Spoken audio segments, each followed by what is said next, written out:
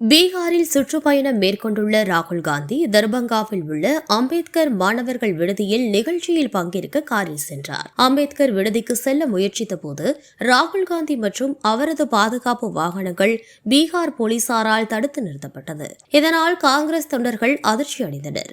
அவர்கள் போலீசாருடன் வாக்குவாதத்தில் ஈடுபட்டனர். காரில் அமர்ந்தபடியே பேசி ராகுல் வீடியோ ஒன்றை வெளியிட்டார். 50% की जो दीवार है रिजर्वेशन वाली उसे तोड़ा जाए, जो प्राइवेट एजुकेशन इंस्टीट्यूशंस में रिजर्वेशन हो, ये चीजें हम चाहते हैं, मगर आपसे बात करने नहीं दे रहे हैं, तमाशा बना रखा है. शांति से हम जा रहे. அதில் பீகாரில் தேசிய ஜனநாயக கூட்டணியின் டபுள் என்ஜின் அரசு நடைபெற்று வருகிறது. அவர்கள் தலித் மற்றும் பிற்படுத்தப்பட்ட மாணவர்களிடம் என்னை பேச விடாமல் தடுக்கின்றனர். இதுபோன்ற சந்திப்புகள் எப்போது குற்ற செயல்களாக மாறின என்று எனக்கு தெரியவில்லை என்று அந்த வீடியோவில் ராகுல் பேசியிருந்தார். எதை பார்த்து முதலமைச்சர் நிதிஷ்குமார் அச்சமடைகிறார்? இம்மாநிலத்தில் கல்வியையும் சமூக நீதியையும் மறைக்க பார்க்கிறீர்களா என்றும் அவர் கேள்வி எழுப்பினார். பின்னர் காரை விட்டு கீழே இறங்கி நடந்தே அம்பேத்கர் விடுதிக்கு சென்றார். அவருடன் காங்கிரஸ் தொண்டர்களும் ஆவேசமாக சென்றதால் தர்பங்காவில் பரபரப்பான சூழல் ஏற்பட்டது.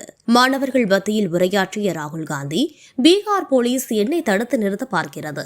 என்னை தடுத்து நிறுத்த முடியாது, ஏனெனில் உங்களின் ஆதரவு எனக்கு இருக்கிறது.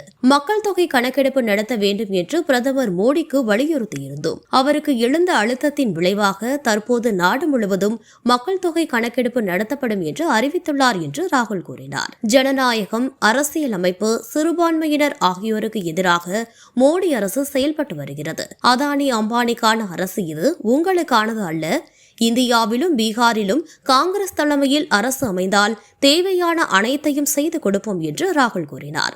தனது உரையின் தொடக்கமாக அம்பேத்கர் புகைப்படத்தை உயர்த்தி பிடித்து மாணவர்கள் மத்தியில் அவர் காண்பித்தார். உடனே அனைவரும் உற்சாகமாக ஜெய் பீம் என்று குரல் எழுப்பினர்.